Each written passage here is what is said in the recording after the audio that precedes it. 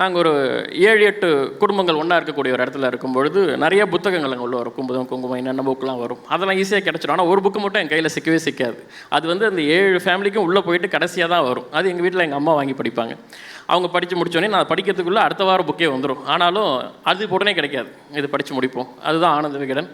அந்த டைமில் மற்ற புத்தகங்களுக்கும் இதுக்கும் உள்ள ஒரு வித்தியாசம். இதில் தான் வந்து உலக செய்திகள் தெரியும், ஒரு விஷயத்தை பற்றி ஆழமான கட்டுரைகள், இது மாதிரி நிறைய இன்ட்ரெஸ்டிங்கான விஷயங்கள், சுஜாதா அவர்களுடைய ஸ்டோரி, மதன் அவருடைய ஹாய் மதனுடைய விஷயங்கள் சொல்லி நிறைய சுவாரஸ்யமான விஷயங்கள் இருக்கும். அதிலிருந்தே அந்த ஆர்வம் வந்து எனக்கு வந்தது.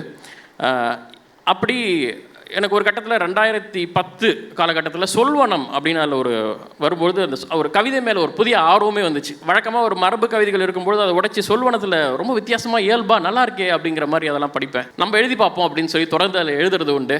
மாதக்கணக்காக இல்லை வருஷக்கணக்காக எழுதியிருக்கேன். எழுதிட்டு ஒரு நாளும் ஒரு வாரமும் போய் உட்காந்து அந்த புக்கை போய் வாங்கி பார்ப்பேன். 2011 பெங்களூர் போயிட்டேன். அங்கேயுமே கஷ்டப்பட்டு ஒரு இடத்துல போய் காலையில் 10 புக்கு தான் வரும். அந்த இடத்துல போய் அங்கே போய் வாங்கணும். வாங்கி பிரித்து பார்ப்போம், வராது. கிட்டத்தட்ட 1.5 வருஷம் நான் எழுதியிருக்கிறேன். விடாமல் வந்து கவிதைகளை எழுதி 1.5 வருஷம் நான் வாங்கி பார்த்துட்டு அதில் வரல. 2011 சரியாக 10 வருடம் கழித்து 2021 ஆனந்த விகடனில் என்னை பற்றி 3 பக்கத்தில் ஒரு கட்டுரை. அது நம்ப முடியாத ஒன்றா இருந்தது அது என்னால்.